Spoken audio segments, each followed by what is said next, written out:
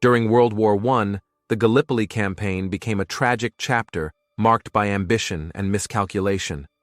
Allied forces, aiming for a win against the Ottoman Empire, faced an 8-month brutal battle against both the enemy and challenging terrain due to their own strategic errors. In this video, we will find out why this promising offensive failed so dramatically and led to over 100,000 deaths.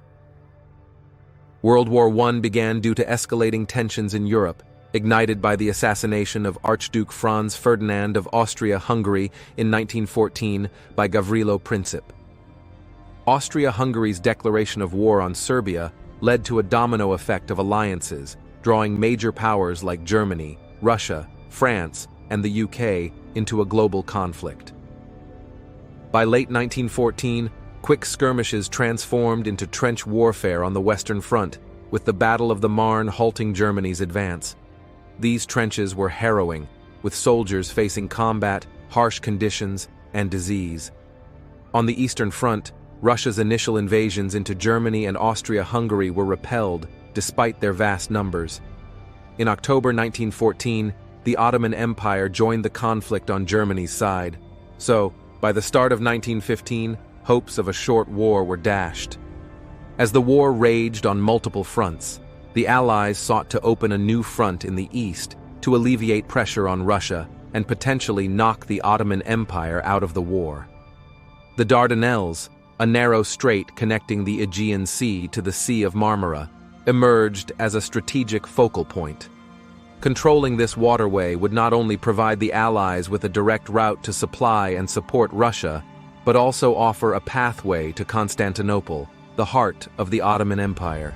It was hoped that a surprise attack on the capital city would force the Central Powers to divert troops away from the Western Front. The initial approach to this objective was naval. On the 18th of March 1915, a combined British and French fleet, including the formidable but outdated British battleships HMS Queen Elizabeth and HMS Agamemnon, attempted to force their way through the Dardanelles. However, the Ottomans, with German assistance, had heavily fortified the strait with mines, artillery, and mobile howitzer batteries. The naval assault met with disaster. 3 battleships were sunk, and 3 more were heavily damaged, forcing the fleet to retreat. In response, the First Lord of the British Admiralty, Winston Churchill, came up with a bold new strategy. The plan was to land soldiers on the Gallipoli Peninsula, who could attack overland and neutralize the Ottoman coastal defenses. That way, it would clear the way for the naval fleet to proceed to Constantinople. With this new plan, the British War Office began assembling a force. The 29th Division of the British Army was assigned to this task, along with 2 divisions of the newly formed Australian and New Zealand Army Corps, known as the Anzacs, who had been training in Egypt. In the early hours of April 25, 1915, under the cover of darkness, the Anzacs, commanded by Lieutenant General Sir William Birdwood, were sent north to a cove on the peninsula's western coast. However, due to navigational errors and the challenging topography, they disembarked at the wrong place. In the morning light, they found themselves not at the broad, flat beaches they had expected, but at a narrow inlet flanked by steep cliffs and ridges. The Anzacs faced immediate resistance from the Ottoman defenders, who held the high ground. They had to fight up a line of steep cliffs, and by the end of the day, they had failed to push back the Turkish soldiers, and only held the beach. As a result, the Anzacs began digging trenches to protect themselves from Turkish counterattacks. Both sides suffered high rates of casualties, with around 2,000 Australian and New Zealanders killed in one day. Simultaneously, further south at Cape Helles, British forces were met with a hail of machine gun fire, causing heavy casualties. Like their Anzac counterparts, the British troops at Cape Helles found progress inland to be slow and arduous. By the end of the day, both the Anzacs and the British had secured their respective beachheads, but at a significant cost. The rugged terrain, combined with the determined Ottoman defense, had stymied their hopes for a swift advance. The British planners realized that the situation on the Gallipoli Peninsula was now the same as the Western Front. Both sides had created lines of defensive trenches and entered a deadlock. both sides launched numerous attempts to break through the enemy's defenses. However, these efforts often resulted in minimal territorial gains at a high human cost. On the 19th of May, the Turkish forces launched a coordinated assault on the Anzac positions, involving 42,000 soldiers. In comparison, the Anzacs had 17,000 men. Due to the strong defensive positions, they killed 3,000 of the attackers, wounded 10,000 more, and survived the assault. As the weeks turned into months, the hopes of a quick victory that had initially buoyed the Allied forces began to fade. The Gallipoli campaign, initially envisioned as a swift naval and land operation to knock the Ottoman Empire out of the war, had transformed into a grinding battle of attrition. By August 1915, the Gallipoli campaign had reached a critical juncture. The Allies, determined to break the deadlock, planned a series of offensives aimed at capturing key positions and reinvigorating the campaign. The first major Allied push began on August 6th. The objective was to seize the Sari Bair Range, a series of high points that dominated the northern part of the Gallipoli Peninsula. The Allies hoped that capturing these heights would give them a strategic advantage and possibly force the Ottomans to retreat. The offensive involved a series of complex maneuvers, including diversionary attacks at Lone Pine by the Australians and at Chunuk Bair by the New Zealanders. While the Australians managed to capture the Turkish trenches at Lone Pine, it came at a heavy cost, and the position did not offer any significant strategic advantage. The New Zealanders, on the other hand, briefly held Chunuk Bair's peak, but were eventually pushed back by fierce Ottoman counterattacks. Simultaneously, another significant effort was underway at the neck, a narrow ridge. On August 7th, in what would become one of the most infamous episodes of the campaign, the Australian Light Horse Brigade was ordered to charge across the neck towards the Ottoman lines.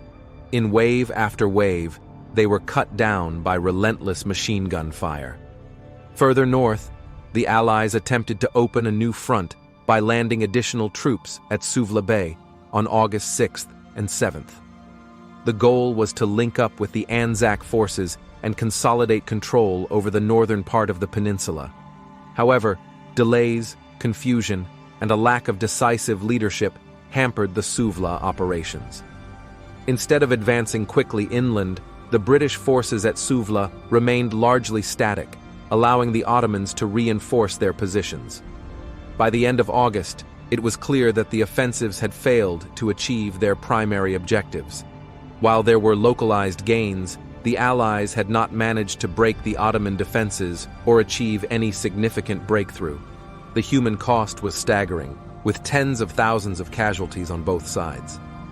As the Gallipoli campaign dragged on, the conditions on the peninsula, especially during the summer months, became increasingly unbearable. The scorching heat of the Mediterranean summer bore down on the troops, with temperatures often soaring above 40 degrees Celsius. This intense heat, combined with the physical exertion of combat, led to widespread cases of heat exhaustion and dehydration. Water, a vital resource, was in short supply.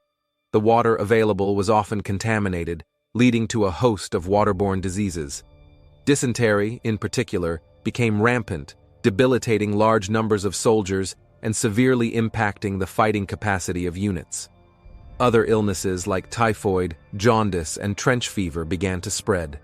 The unsanitary conditions of the trenches, with their stagnant water and infestations of flies, provided a breeding ground for disease. The close quarters meant that once an illness appeared, it spread rapidly among the troops. Medical facilities were overwhelmed, and while many soldiers were evacuated to nearby islands or ships for treatment. As the months wore on, the deteriorating conditions and the spread of disease sapped the morale of the troops. Many soldiers, already mentally strained by the horrors of combat, found their resilience further tested by the daily battle against the elements and illness. The Gallipoli campaign, initially envisioned as a swift military operation, had transformed into a grueling test of human endurance. As 1915 drew to a close, it became increasingly evident to the Allied leadership that the Gallipoli campaign was not yielding the desired results. The British casualties amounted to over 21,000 deaths. This included 8,700 Australians and approximately 2,700 New Zealanders. Behind the scenes, debates raged among the Allied commanders and politicians about the way forward. Some advocated for sending more reinforcements, believing that a renewed push might achieve victory. Others, however, began to see the campaign as a lost cause and argued for a strategic withdrawal. The latter view was bolstered by the fact that other fronts, especially the Western Front, demanded attention and resources. The continuation of the Gallipoli campaign seemed to offer little more than further bloodshed, with no guarantee of success. By November, the decision was made. The Allies would evacuate Gallipoli. The challenge now was to execute this withdrawal without incurring heavy losses. An evacuation under the watchful eyes of the Ottomans, who held the high ground and had clear lines of sight over the Allied positions, was fraught with danger. A hasty retreat could turn into a massacre. To mitigate this risk, the Allies devised a meticulous and deceptive evacuation plan. To keep the Ottomans off guard, they maintained an appearance of business as usual in the trenches. Dummy soldiers were made from sandbags, and rifles were rigged to fire automatically to give the impression that the trenches were still fully manned. These ruses, combined with a phased and silent withdrawal, ensured that the Ottomans remained unaware of the departing troops.